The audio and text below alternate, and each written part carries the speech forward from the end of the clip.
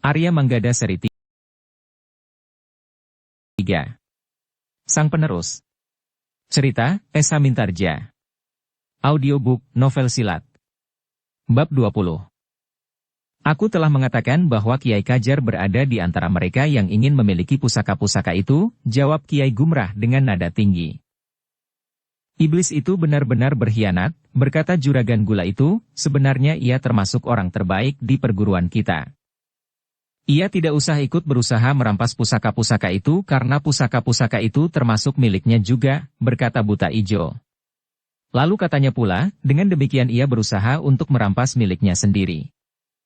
Ki Prawara mengangguk-angguk. Namun kemudian katanya, bukan itu yang ingin aku katakan. Aku tahu bahwa hal itu tentu sudah dikatakan oleh ayah. Jadi apa yang akan kau katakan? Bertanya Juragan Gula itu, bahkan Kiai Gumrah pun telah bertanya pula. Apa ada yang lain yang penting diketahui oleh saudara-saudara kita? Ya, jawab Ki Prawara, ternyata ada orang di halaman rumah kita.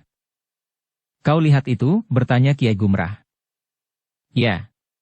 Aku melihat orang itu sekilas dalam kegelapan. Tetapi aku tidak dapat melihat wujudnya. Demikian cepatnya orang itu menghilang, jawab Ki Prawara. Kesanmu orang berilmu tinggi? Bertanya Kiai Gumrah.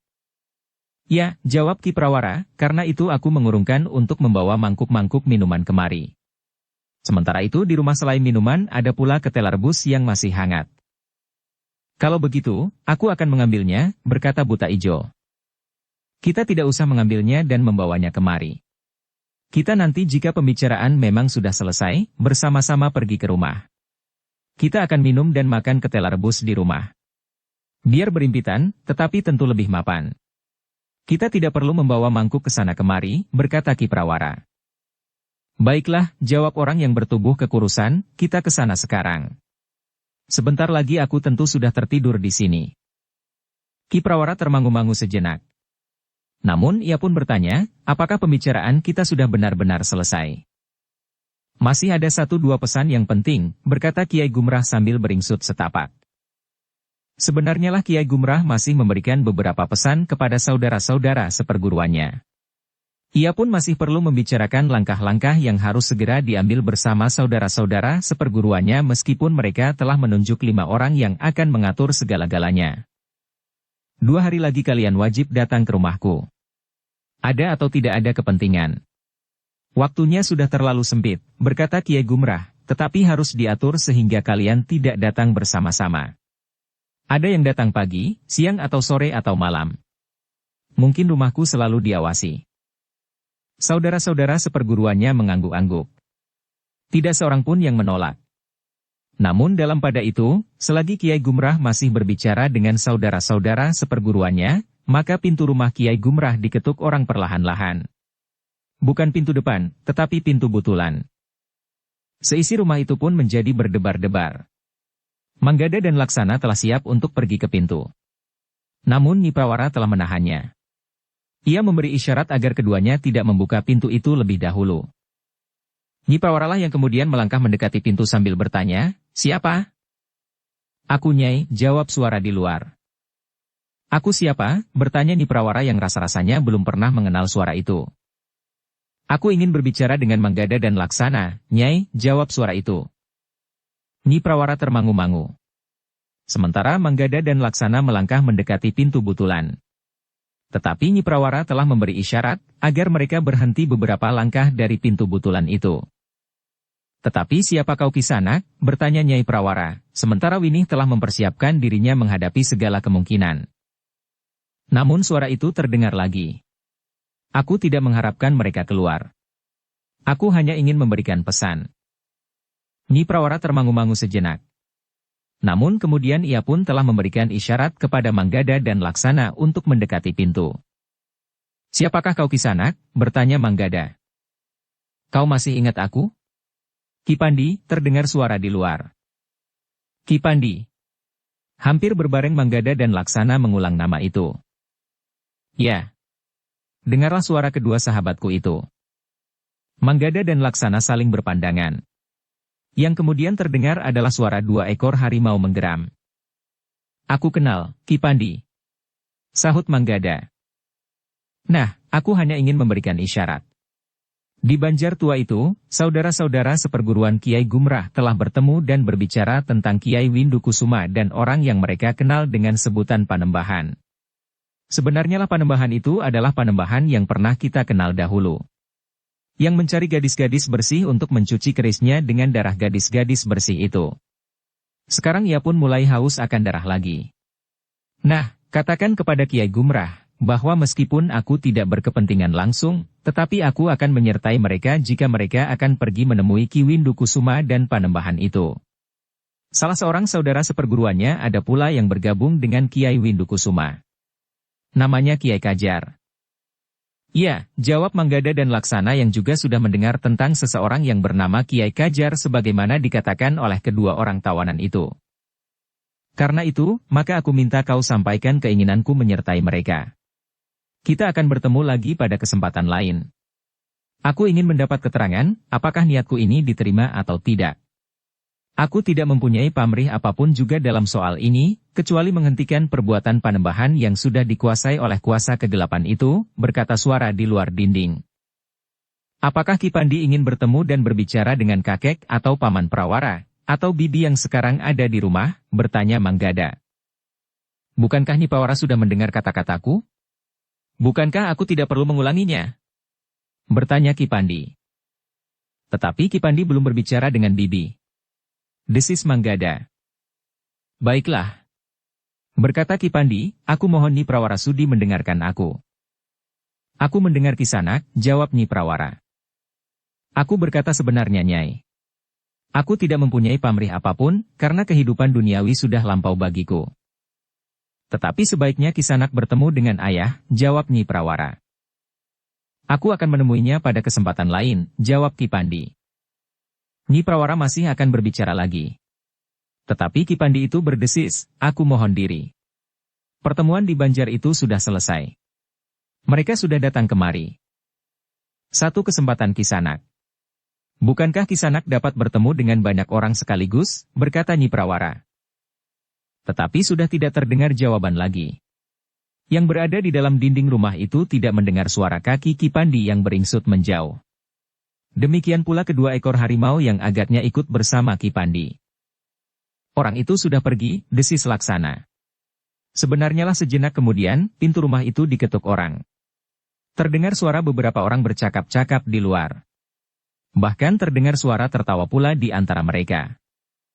Yang kemudian terdengar adalah suara Ki Prawara, buka pintunya Nyi. Laksanalah yang dengan tergesa-gesa membuka pintu, sementara Winih dan ibunya justru pergi ke dapur untuk menyiapkan minuman yang masih saja hangat. Demikian pintu terbuka, maka beberapa orang telah memasuki pintu dapur. Tetapi ruang dalam rumah Kiai Gumrah yang memang tidak terlalu luas itu segera terasa sesak, sementara masih ada beberapa orang yang berdiri di luar. Namun Kiai Gumrah pun ternyata kemudian berkata, kita semuanya akan berada di luar saja. Kita dapat duduk di mana saja, sementara minuman hangat akan disuguhkan. Orang-orang yang sudah terlanjur berada di ruang dalam itu pun keluar lagi sambil bergeremang. Namun kemudian mereka duduk tersebar di amben bambu, di bebatuan rumah atau di telundak pintu. Tetapi ketika Manggada dan Laksana menghidangkan minuman dan makanan, maka yang duduk di telundak itu pun terpaksa berdiri. Namun ternyata bahwa Kiai Gumrah dan kawan-kawannya dapat menikmati wedang jahe dan ketela pohon rebus yang hangat bersama-sama. Sementara itu, dua orang tawanan Kiai Gumrah ada di antara mereka pula. Beberapa saat setelah mereka meneguk minuman dan makan beberapa kerat ketela pohon, maka tiba-tiba orang-orang yang ada di halaman itu dikejutkan oleh suara seruling yang terdengar mengalun di antara desah angin malam. Sejenak halaman rumah Kiai Gumrah itu menjadi hening. Orang-orang yang ada di halaman sambil minum dan makan ketela pohon itu seakan-akan telah terpukau mendengar suara seruling itu. Namun mereka bukan saja tertarik oleh suara seruling yang ngelangut, menggetarkan jantung. Apalagi di malam yang hening. Namun mereka juga tertarik karena mereka merasakan tenaga yang terlontar bersama suara seruling itu. Tenaga itu telah menggetarkan udara malam melibat dan menyentuh perasaan orang-orang yang mendengarnya.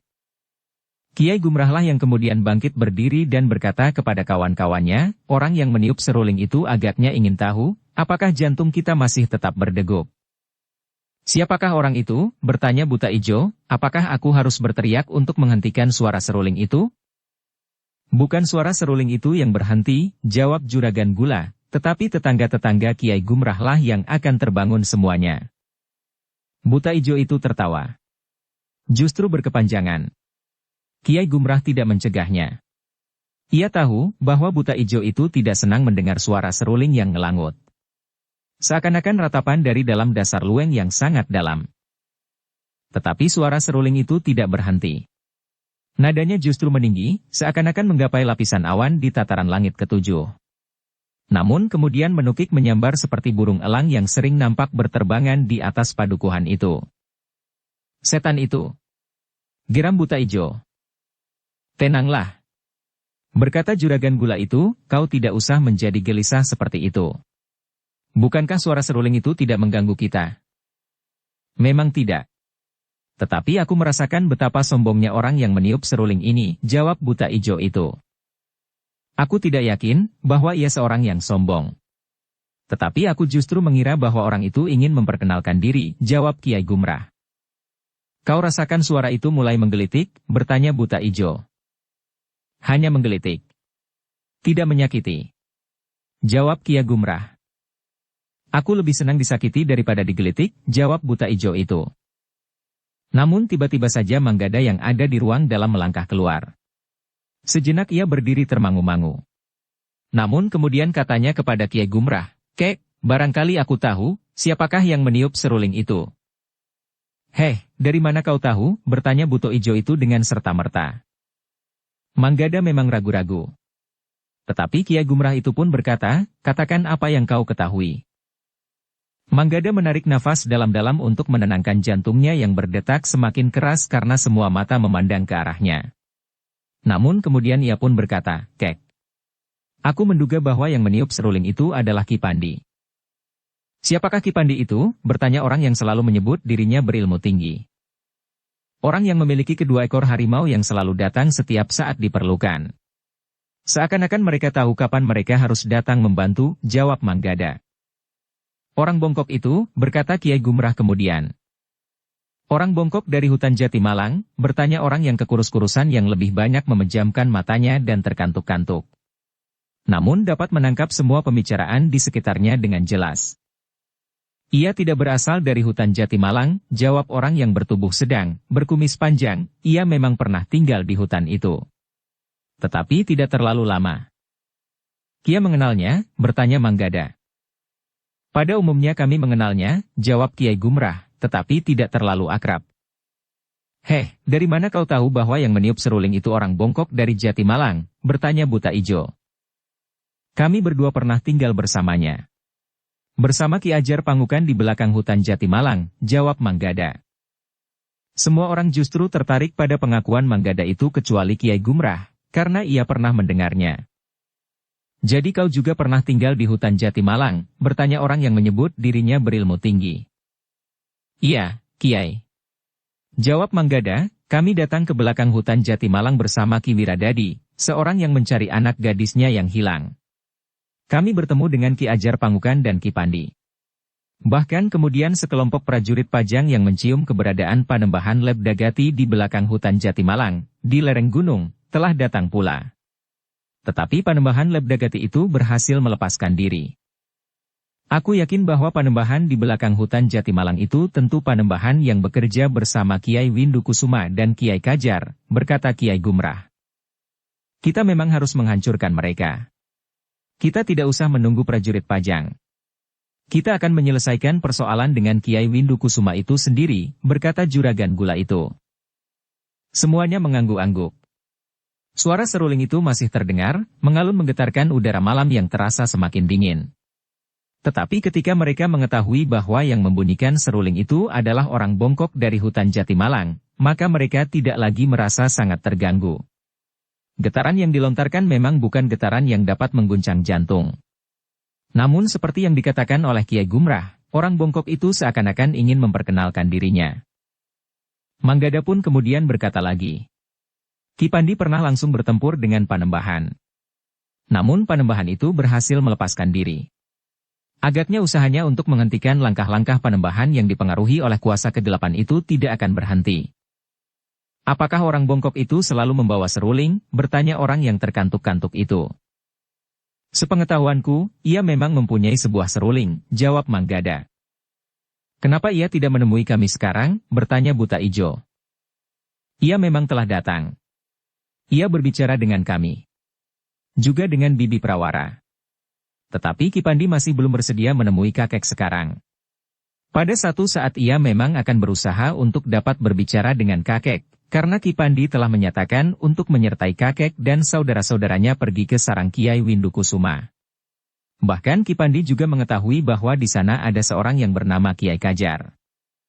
Dari mana ia tahu? Bertanya Kiai Gumrah. Ki Pandi tidak mengatakannya, Kek, jawab Manggada. Kiai Gumrah mengangguk-angguk. Katanya, baiklah. Biarlah aku menunggu kedatangannya. Tetapi jika kami sudah siap melangkah dan orang itu belum juga datang, maka aku tidak akan menunggunya lebih lama lagi. Demikianlah, maka seorang di antara saudara-saudara seperguruan Kiai Gumrah itu pun telah mengeluarkan rinding dari kantong ikat pinggangnya yang besar. Kemudian diletakkannya rinding itu di mulutnya.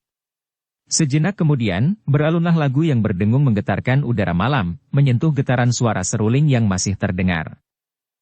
Dengan irama yang berbeda kedua lontaran lagu itu mengalun meninggi. Namun seakan-akan semakin lama semakin tinggi, sehingga akhirnya keduanya berhenti sama sekali. Rasa-rasanya kedua irama itu terputus setelah keduanya yakin bahwa nada yang terlontar tidak akan mampu mencapai bintang. Orang yang membunyikan rinding itu menarik nafas panjang. Kemudian tangannya menggapai mangkuk minumannya. Beberapa teguk minuman ditelannya seakan-akan orang itu baru saja berlari-lari mengelilingi padukuhan. Manggada yang sudah duduk pula di bebatur rumah nafasnya menjadi tersengal-sengal. Namun kemudian ia pun bangkit dan melangkah masuk ke ruang dalam. Di dalam dilihatnya Laksana juga terduduk diam. Nyi Prawaralah yang kemudian menghampirinya. Dipandangnya Manggada dan dimintanya duduk di sebelah Laksana. Sambil memberikan 2 mangkuk minuman, Nyi Prawara berkata, minumlah. Manggada dan Laksana pun kemudian minum beberapa teguk. Dada mereka kemudian terasa lapang. Meskipun suara seruling dan rinding yang berbaur dan melontarkan getaran itu tidak berniat menyerang siapapun juga, tetapi rasa-rasanya nafas kedua orang anak muda itu menjadi sesak. Kedua irama itu masih belum dapat luluh, desis Nyi Prawara, tetapi dalam keadaan yang lebih baik. Kedua irama itu akan dapat diatur lebih serasi, sehingga dapat saling menyerap atau saling memperkuat sesuai dengan kebutuhan. Manggada dan Laksana mengangguk-angguk. Ketika mereka sempat melihat Winnie yang keluar dari dapur, maka nampaknya Winnie sama sekali tidak terpengaruh oleh kedua irama yang masih terasa saling berebut untuk saling mengatasi. Dengan demikian maka Manggada dan Laksana itu justru merasa semakin kecil. Keduanya adalah orang yang paling lemah di antara sekian banyak orang yang berkumpul itu. Meskipun mereka sudah memiliki bekal ilmu kanuragan, namun ilmu mereka ternyata masih belum memadai dibandingkan dengan orang-orang yang berilmu tinggi itu. Dalam pada itu, tiba-tiba Buta Ijo yang ada di halaman itu berkata lantang, "Heh, aku akan pulang. Jika kalian masih akan duduk di sini sepanjang malam, terserah saja." Namun orang yang terkantuk-kantuk itu pun menyahut, "Aku juga akan pulang. Aku sudah mengantuk." Orang yang selalu menyebut dirinya berilmu tinggi itu menyahut, "Aku tidak pernah melihat kau tidak mengantuk." Yang lain pun tertawa hampir berbareng. Tetapi orang itu tidak menghiraukannya. Ia justru sudah mulai melangkah ke regol halaman. Namun Juragan Gula itu berkata, "Heh, kau belum minta diri kepada orang yang telah menyuguhkan minuman dan makanan ini. Begitu kau merasa kenyang, begitu kau pergi." "Oh, baiklah." "Tetapi kepada siapa?" orang itu bertanya. "Sudahlah," berkata Kiai Gumrah, "biarlah aku yang menyampaikannya." Demikianlah, maka saudara-saudara seperguruan Kiai Gumrah itu pun segera minta diri. Satu-satu mereka keluar dari regol halaman. Melihat suasana di luar dan kemudian melangkah sendiri-sendiri atau sebanyak-banyaknya berdua. Mereka menuju ke arah yang berbeda-beda. Namun jalan-jalan sudah menjadi sangat sepi. Tidak ada seorang pun yang lewat. Meskipun demikian, mereka mendengar kotekan anak-anak muda yang meronda agak di kejauhan. Beberapa saat kemudian, rumah Kiai Gumrah pun menjadi sepi. Kedua orang tawanan itu pun sudah berada di ruang dalam pula. Bagaimanapun juga, kepercayaan Kiai Gumrah dan keluarganya kepada mereka masih belum utuh, sehingga Kiai Gumrah pun berkata, "Maaf Kisanak. Kami masih akan mengikat kalian pada pembaringan kalian. Kami tidak dapat berbuat lain. Jika malam ini kami semuanya tertidur nyenyak, maka banyak hal akan dapat terjadi. Sementara itu kalian sudah mendengar rahasia besar sebagai keputusan pembicaraan di antara kami." Kedua orang itu tidak dapat menolak. Mereka harus memberikan tangan dan kaki mereka untuk diikat dengan pembaringan. Meskipun demikian, di luar pengetahuan kedua orang tawanan itu, Kiai Gumrah dan keluarganya telah mengatur diri agar kedua orang itu tetap dapat diawasi setiap saat. Manggada dan Laksana pun ikut pula mendapat tugas bergantian. Namun sebelum seisi rumah itu sempat tidur, mereka terkejut ketika mereka mendengar suara geramang beberapa orang yang berada di halaman. Bahkan kemudian terdengar pintu diketuk orang. Kiai Gumrah dan bahkan seisi rumah itu telah berkumpul di ruang dalam. Namun yang terdengar kemudian adalah suara anak-anak muda yang memanggil Manggada dan Laksana. Ketika kemudian pintu dibuka, seorang telah menyerahkan sebakul kecil nasi dan lauk pauknya sambil bertanya, "Heh, kenapa kau tidak datang ke Banjar? Kami makan-makan di sana bersama Ki Bekel untuk menghormati perubahan tatanan kehidupan yang terjadi di padukuhan ini." "Oh, desis Manggada, sayang sekali. Kami sedang sibuk dengan persoalan kami sendiri." "Bukankah persoalan keluarga kalian dapat ditinggalkan sebentar?" bertanya salah seorang anak muda itu. "Sebenarnya demikian. Tetapi beberapa orang saudara kami baru saja pulang. Mereka datang berkunjung setelah untuk waktu yang lama kami berpisah," jawab Manggada. Anak-anak muda itu tidak bertanya lagi. Namun yang menyerahkan bakul itu berkata, "Kami memaksa Ki Bekel untuk menyisihkan hidangan sekedarnya. Kami ingin kalian berdua juga ikut menikmatinya." Semula Ki Bekel berkeberatan. Tetapi akhirnya ia tidak dapat mencegahnya. "Terima kasih," berkata Manggada dan Laksana bersamaan. Sepeninggal anak-anak muda itu, Kiai Gumrah menarik nafas panjang. Ki Bekel agaknya memang sudah mencegahnya. Tetapi anak-anak itu tidak lagi dapat ditahan. Untunglah bahwa saudara-saudara seperguruan Kiai Gumrah sudah berlalu. Demikianlah, maka keluarga Kiai Gumrah itu telah mempergunakan sisa malam untuk beristirahat, meskipun ada di antara mereka yang harus berjaga-jaga. Pagi-pagi benar, seperti biasanya, seisi rumah itu sudah terbangun. Nyi Prawara dan Winih mulai sibuk di dapur. Sementara Manggada dan Laksana telah memerlukan pergi ke Banjar untuk membersihkan halaman. Sedangkan seperti biasa pula, Kiai Gumrah mulai sibuk dengan bumbung-bumbung legennya. Namun dalam pada itu, maka rencana yang dibuat oleh Kiai Gumrah dan saudara-saudara seperguruannya sudah mulai pada langkah yang menentukan. Mereka mulai mempersiapkan diri menyerang sarang Kiai Windukusuma. Di tempat itu tinggal pula orang yang disebut Panembahan yang berakibat pada kuasa kegelapan, serta Kiai Kajar, justru saudara seperguruan yang dianggap salah satu dari orang-orang terbaik. Di rumah, Kiai Gumrah dan keluarganya mengawasi kedua orang tawanannya semakin ketat.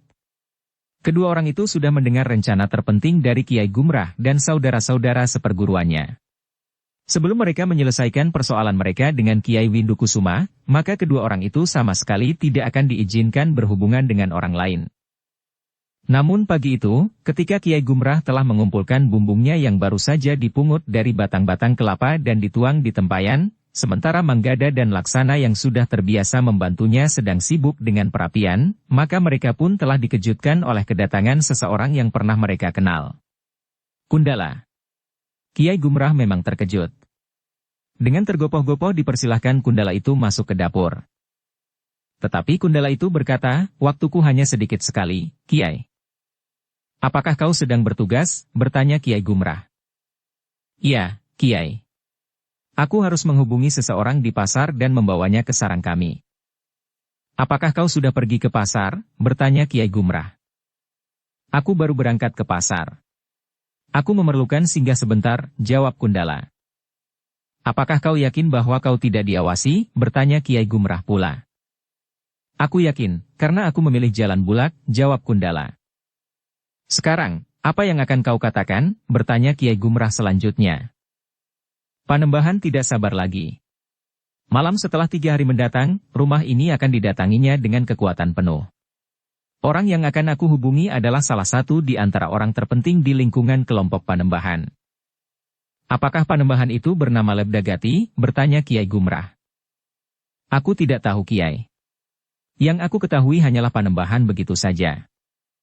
Kiai Gumrah mengangguk-angguk. Katanya, jadi mereka akan datang 3 hari lagi? Ya. Ada beberapa orang berilmu tinggi. Juga para pengikutnya akan dikerahkan. Mereka mempunyai tataran ilmu yang bermacam-macam. Ada yang terhitung tinggi, sedang dan ada yang sekedar mengandalkan kekuatan wadaknya saja. Terima kasih, Kundala. Aku akan mempersiapkan diri untuk melawan mereka, berkata Kiai Gumrah. Tetapi Kiai, kekuatan mereka cukup besar. Apakah tidak sebaiknya Kiai menyingkir saja?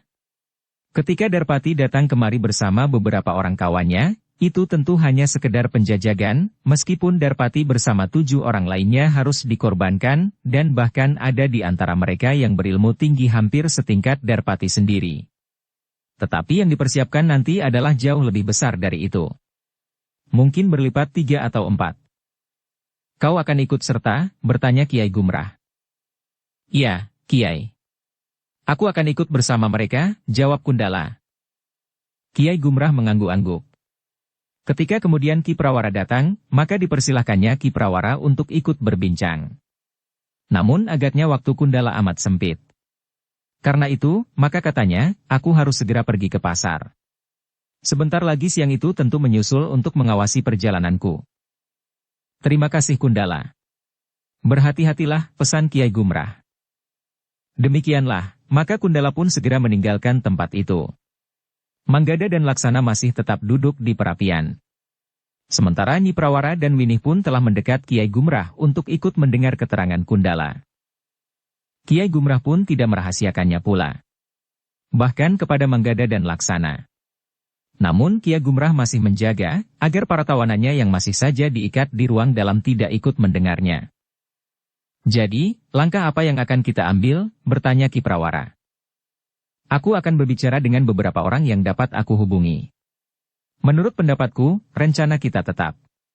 Kita akan menyerang sarang mereka. Tentu sebelum mereka datang lebih dahulu. Waktunya sangat sempit, ayah, desis Nyi Prawara. Kita tidak mempunyai pilihan lain. Menurut pendapatku, kita akan lebih banyak mendapat kesempatan jika kita menyerang. Tidak hanya sekedar bertahan. Lalu, bagaimana dengan pusaka-pusaka itu? Bertanya Winih. Kita akan membawanya. Kita akan mempergunakannya. Tentu orang yang paling bertanggung jawablah yang akan maju ke medan dengan mempergunakan senjata pusaka perguruan itu. Kiai Kajar tentu akan berkerut jantungnya melihat pusaka itu langsung kita pergunakan di medan. Ki Prawara menarik nafas panjang. Katanya. Tetapi bagaimana dengan songsong itu? Kita akan membawanya pula. Songsong itu juga dapat dipergunakan sebagai senjata. Bukankah kau tahu? Jari-jarinya yang terbuat dari baja menjadikan songsong itu tidak mudah rusak. Jika kainnya koyak, bukankah dapat diganti lagi dengan yang baru dan diwarnai sebagaimana warna semula? Ki Prawara mengangguk-angguk. Katanya, jika demikian, kita harus bergerak lebih cepat dari yang direncanakan. Aku akan menemui juragan gula itu dan selanjutnya pergi ke pasar, berkata Kiai Gumrah. Mudah-mudahan aku dapat melihat Kundala selain menemui saudara-saudaranya. Hati-hatilah di rumah. Meskipun di siang hari dapat saja terjadi sesuatu. Dengan membawa sisa gula yang ada, maka Kiai Gumrah pun telah pergi ke rumah juragan gula. Yang penting baginya, bukannya menyerahkan gulanya dan menerima uangnya, tetapi ia harus bergerak lebih cepat dari yang direncanakan. Hari itu juga jaringan hubungan saudara-saudara seperguruan Kiai Gumrah mulai bergerak. Sebelum senja, maka semua orang harus berhasil ditemui. Mereka bukan sekedar melakukan hubungan, tetapi mereka sudah memutuskan bahwa malam ketiga, semalam sebelum Kiai Windu Kusuma merencanakan untuk mengambil pusaka-pusaka itu, mereka akan menyerang sarangnya. Rencana yang disusun dengan cepat di pasar, telah tersebar kepada semua saudara seperguruan Kiai Gumrah. Di mana mereka harus berkumpul, saatnya dan kelengkapan yang harus disediakan.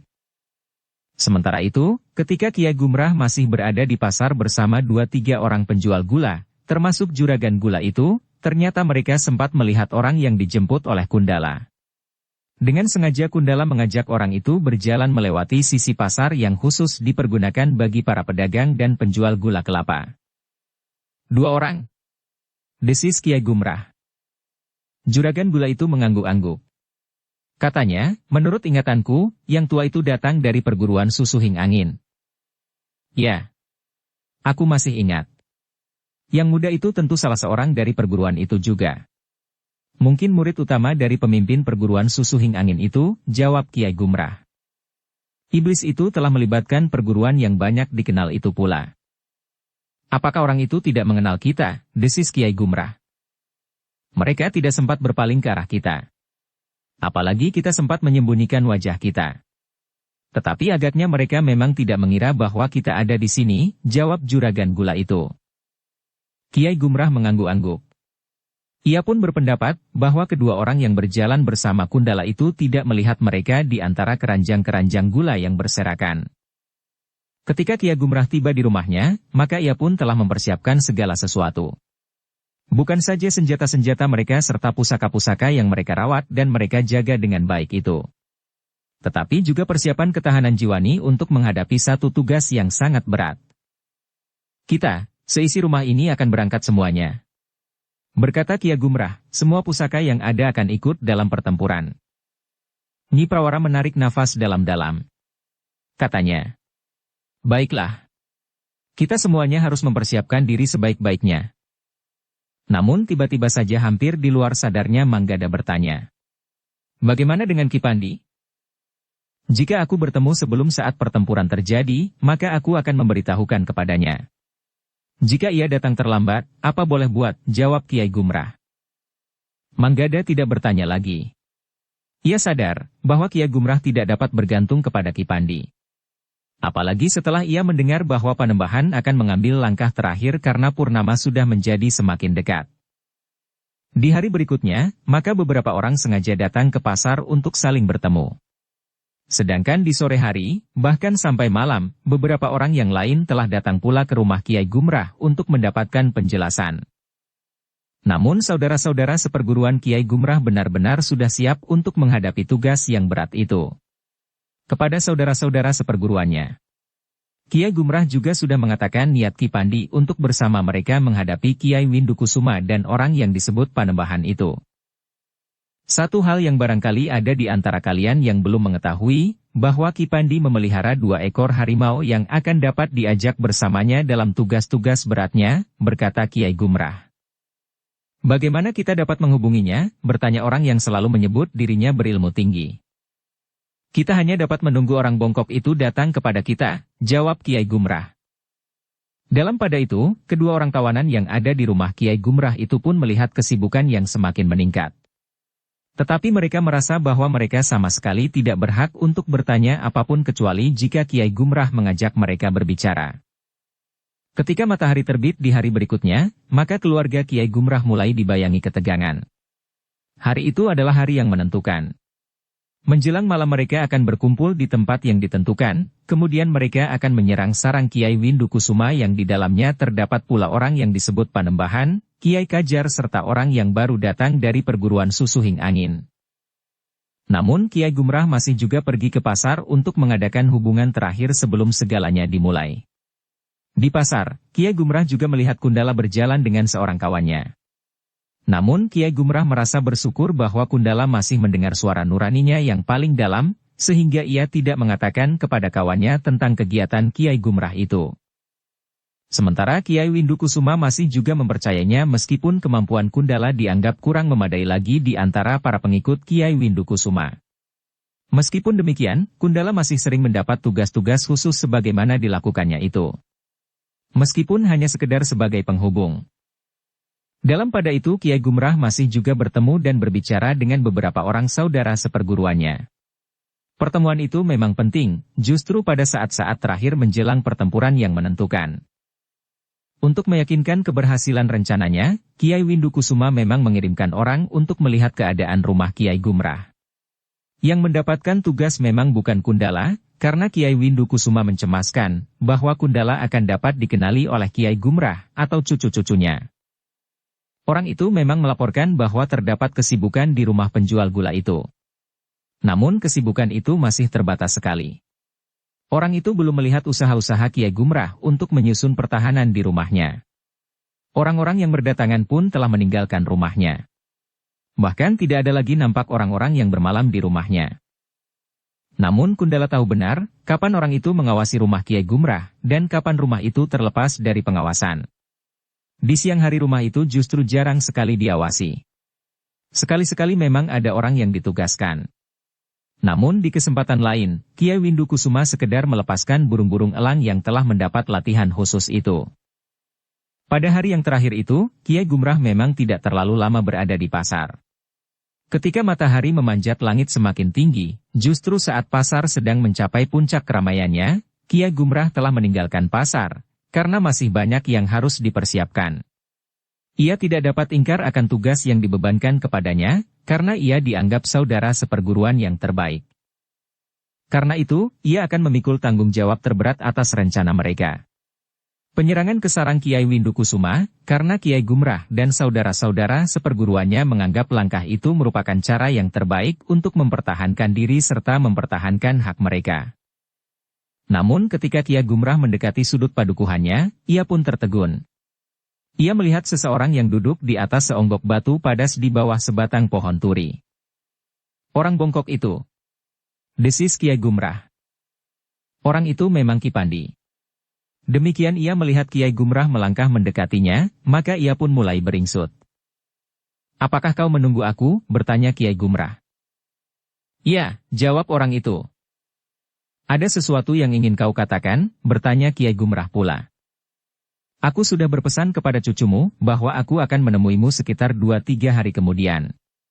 Nah, hari ini aku memerlukan menemuimu." "Ya.